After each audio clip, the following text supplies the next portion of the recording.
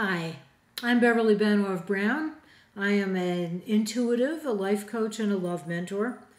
And I have been since the 80s back in New York City, and now I practice in the Tampa Bay area of Florida. Have you ever been in a relationship that isn't going very well, and you're contemplating is it time to let go, to give up, to break up?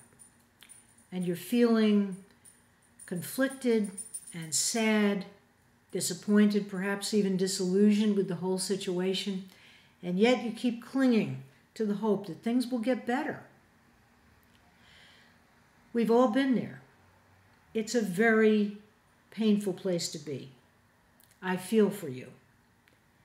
And I've found over the years in working with many clients, many couples, many individuals, and many families, that when this happens and they ask the question, how do I know when it's time to break up, to really let go?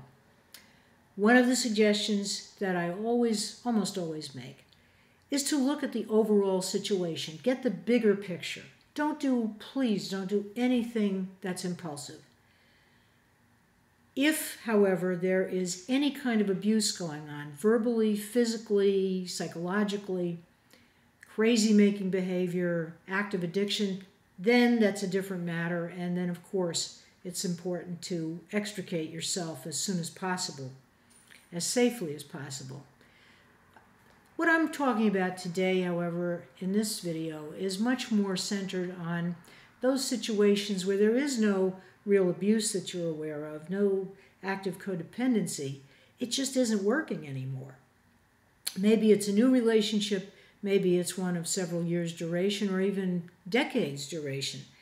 But the question ultimately is the same. How possible is it that through some mentoring, some coaching, through really reevaluating the strengths as well as the seeming flaws involved in the relationship, that something else could happen, that there could be a resurgence of the love that initially drew you to each other, that helped you find your way into each other's hearts and lives.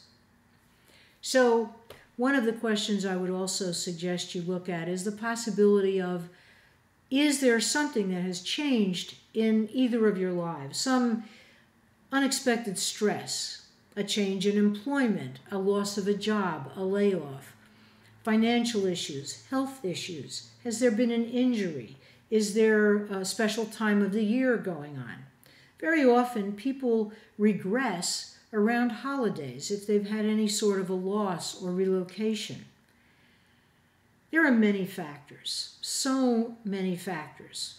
We are complicated beings, and we need to be compassionate, loving, and understanding with each other. And sometimes, in the heat of the moment, we forget that because we get scared, because we feel unseen, unappreciated, perhaps unheard, and suddenly a relationship where we may have a million different things that we share in common and life history that we share in common very happily, the only thing we can see is incompatibility. And then we go from looking to find our partner doing something beautiful and wonderful and right to only focusing on what seems so terribly wrong. So, 3 golden nuggets for today. 1, please remember the sacredness and the importance of what you're talking about doing, which is a major change in your life if you've been in an important part of each other's lives. Whether you're married or you're just going together or you're living together or you're contemplating living together, it's still a relationship. And relationships are sacred because everything and everyone is sacred. So don't do anything impulsively unless you're in some sort of danger. And then it's a very clear-cut answer usually. 2, consider getting professional help. Exhaust every possibility because love is so important and such a beautiful part of our lives when it's working well. And the next golden nugget is, if you do realize that you truly have to end the relationship in its present form, try to always take the high road.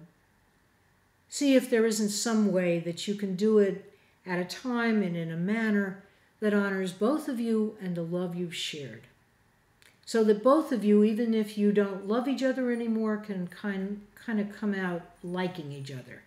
Or even if you don't feel like you're liking each other anymore right now, you can still salvage what was good of the love in an impersonal sense now, perhaps not the romantic eros love, but an agape love, a sisterhood, a brotherhood kind of love.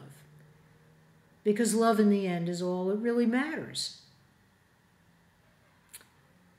In other videos, I will be covering more on this very important subject. But in the meantime, please know that you're in my very loving prayers, and I hope you will be still and really contemplate this before you make any major decisions. Until next time, many blessings. Bye for now.